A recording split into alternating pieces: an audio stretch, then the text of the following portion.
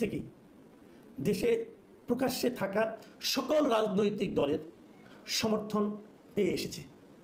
এর আগে অন্য কোনো সরকারের এই সৌভাগ্য হয়নি।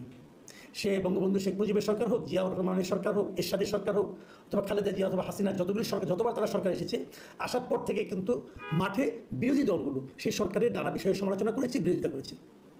কিন্তু ইউনূস সরকারকে সে ধরনের নেতিবাচক অথবা বিরূপ কোনো পরিস্থিতির মুখে পড়তে হয়নি। এবং সেই সঙ্গে আমি একথাও বলেছিলাম যে এই সরকারের জন্য সবচেয়ে দুর্ভাগ্যজনক ঘটনা হবে তখন যখন এই রাজনৈতিক দলগুলো প্রকাশ্যে তার বিরুদ্ধে নামবে।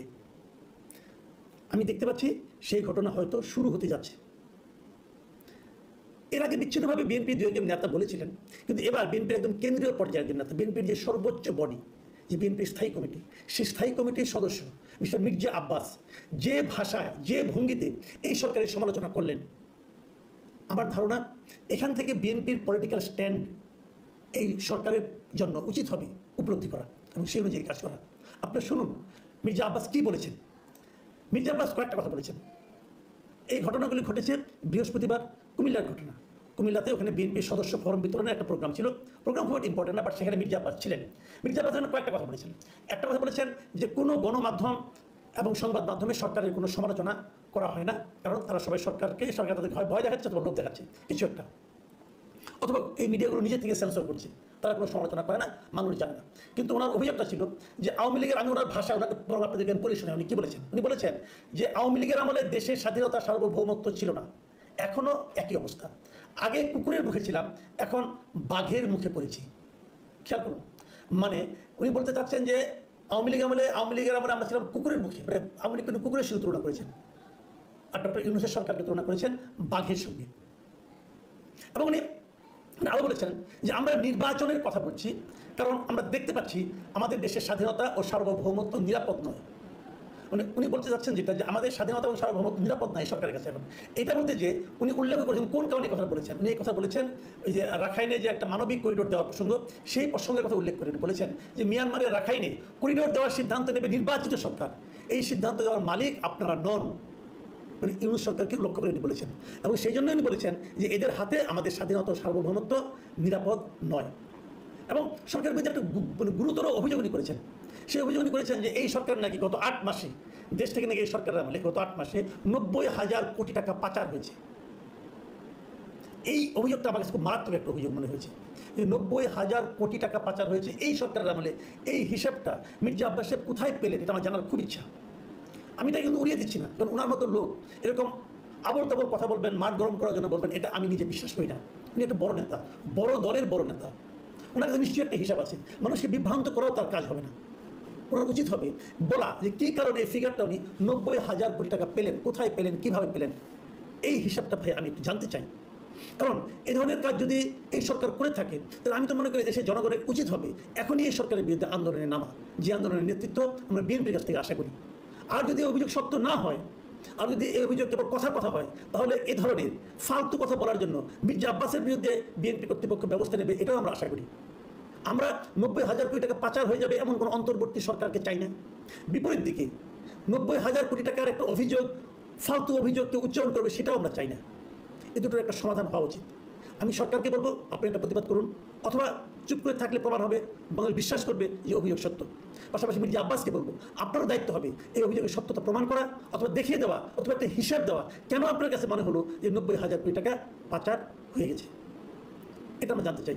আর সেই সঙ্গে বিএনপি শীর্ষ কর্তৃপক্ষকে বলবো যদি 90,000 কোটি টাকা আসলে এই সরকারের আমলে পাচার হয়ে থাকে, তার জন্য আপনারা আন্দোলনে মাঠে নামুন। কারণ এই 90,000 কোটি টাকার কথাটা বলাটা এই জাতির জন্য আপনাদের একমাত্র গুরুত্বপূর্ণ দল, আপনারা সবচেয়ে বড় দল, আপনাদের দায়িত্বের মধ্যে পড়ে।